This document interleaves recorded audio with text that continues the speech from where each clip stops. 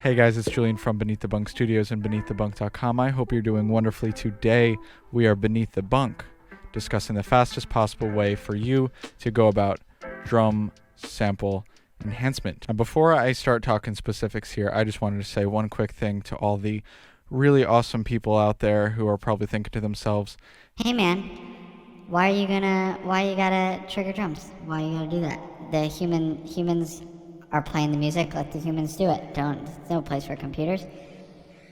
I don't care. So don't comment that, and everybody will have a better day. So let's get into it. All right, cool. So as you can see here, we are in a Pro Tools session. This is a song called I Stopped Smoking So I Could Dream About You, Part 1. It's from my solo project, Poems of sorts. This is not the final mix because I used plugins that I no longer have on this mix back when I did it. So I can't play the final mix out of Pro Tools, but this is what the song sounds like so you can get an idea of what we are dealing with.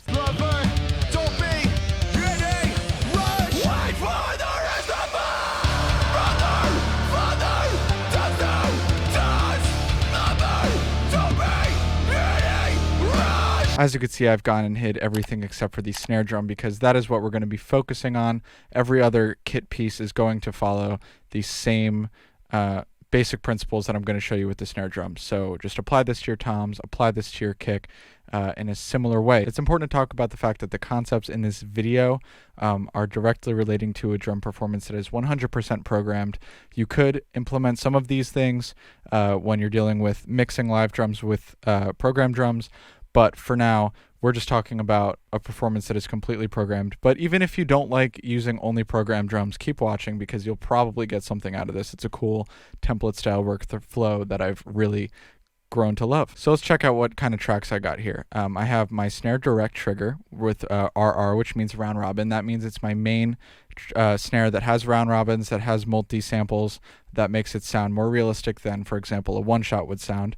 Then underneath that, I have my snare direct one-shot trig, which is a one-shot, which is one sound, not multi-sampled. It doesn't sound very realistic when used on its own, but when it's used to enhance an actually performed drum, or in this case, a multi-sample drum, it adds a little bit of thickness and a little bit of punch. And then we have my snare room trig, which is a bunch of room samples for snares. Every time I mix a song, I have these three tracks ready to go, and I have equivalents for kick and toms as well. And also, what you'll notice on these tracks is that I have Slate Trigger 2. That's what I'm going to be using in this video to demonstrate what I'm talking about. Let me play you the snares so you can get an idea of what's going on. This isn't the snare that I used in the final song. I just decided to use this song. But anyway, this is what everything sounds like with just the main snare with the round robins.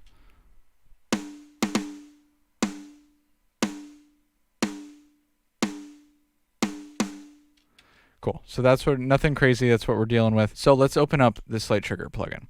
Now, when I open up this in a mix, as you can see, I already have a bunch of samples lined across the bottom of the instance. There are some of my favorite samples that I have. Most of them, not most of them, about half of them are Get Good Drums. I have some Impact Studios ones, and I have some other ones that I don't remember where they came from. But anyway, I have a bunch of my favorite snare samples here that I like to use a lot.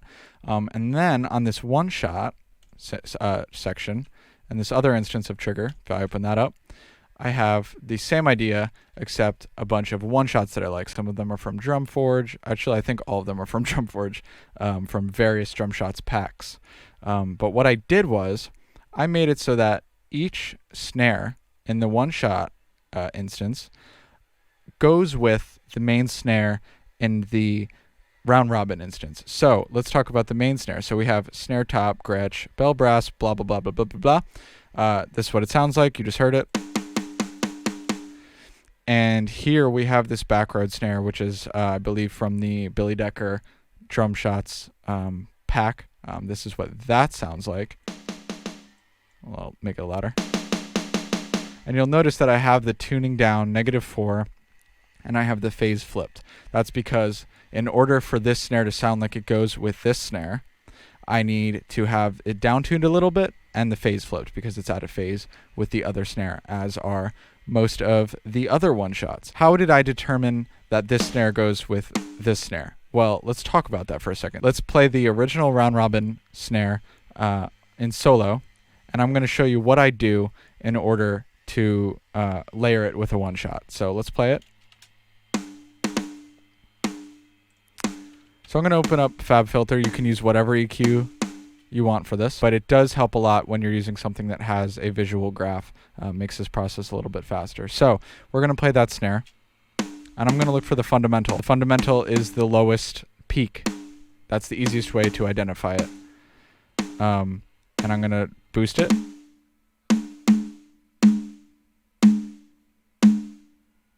So it's very obnoxiously poking through with a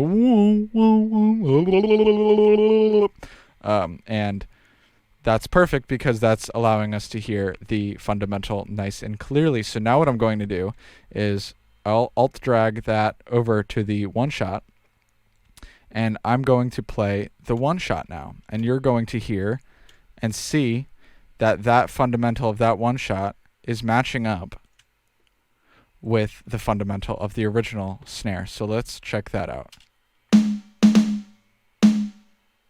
And of course, they're going to be tuned a little bit differently. There are going to be some different overtones. They're not the exact same drum, so it's not going to be perfect. So the fundamental is kind of how I gauge how spot on the matching is going to be. And then I'd listen to the phase, flip the phase, make sure it's in or out. Obviously, it was out. And in this case, I did have to down tune it in order to get the fundamental to be the same as the other one. So now what this allows me to do in any song that I'm working on is take the original snare, find that fundamental, then disable the CQ because we don't want our snare to sound like woo, woo, woo, woo. And then slowly blend in the one shot. So let's take the original snare. That's the original snare alone. And now we're going to slowly start to blend in the one shot and hear how it thickens it up.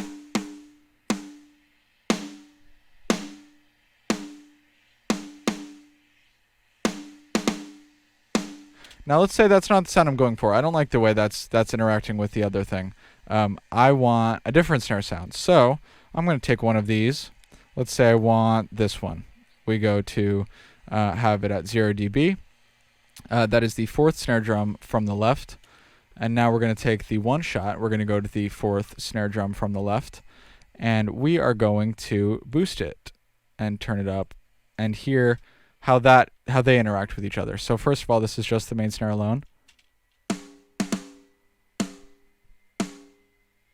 And now with the one shot, it's going to sound like this as I slowly blend it in.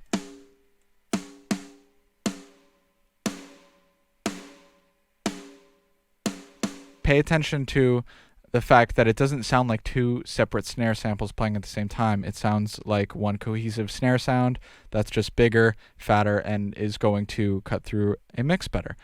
So now let's talk about this room sample track that I have going on down here, which is very nice enhancement. It's a very nice addition to a reverb, or just it can stand on its own. Sometimes I don't even use a reverb. I just use room samples. This doesn't have anything in it right now, sample-wise, for some reason. I don't know why, to be totally honest with you. But it's really not rocket science, so I'm not really feeling too guilty about that. All that is it's the room samples from each of these snares, just put in a separate instance. So the room sample for this snare would be right here. The room sample for this snare would be right here. The room sample for this snare would be right here, and so on and so forth, so that it's super easy. It's like, oh, I'm using this snare? Okay, so I'm just going to turn this one up, and we got a nice snare room sound that I don't even have to think about in order to make. So that's really about all I have to say about that. I hope you got something out of this. I hope that it's going to be a workflow enhancement for you, that you enjoyed what you saw. I had this idea, and I decided to just take a bunch of time to find my 8 favorite drum samples that I use the most for each drum kit piece, and just have them ready to go at a moment's notice. It did take some time. It was pretty tedious, not very fun whatsoever, but once I did it and started implementing it, oh my God, it made my life so much easier. I really got to focus on the creativity rather than the dumb other stuff that's more technical that you don't want to think about when you're trying to do artistic things. You just want to focus and go and have these faders ready to just be pulled up and pulled down really quickly so that you can audition sounds without even thinking. Like I said, that's really all I got for today, guys. I hope you enjoyed this video. Hope you got something out of it. If you did or if you didn't, let me know down below. Also, let me know about your drum triggering process. Do you have one? What's it like? Do you think it's faster than this? Do you think my way sucks? And do you think your way rocks? Let me know. I'd love to hear it. Thank you so much for watching. I'll talk to you later.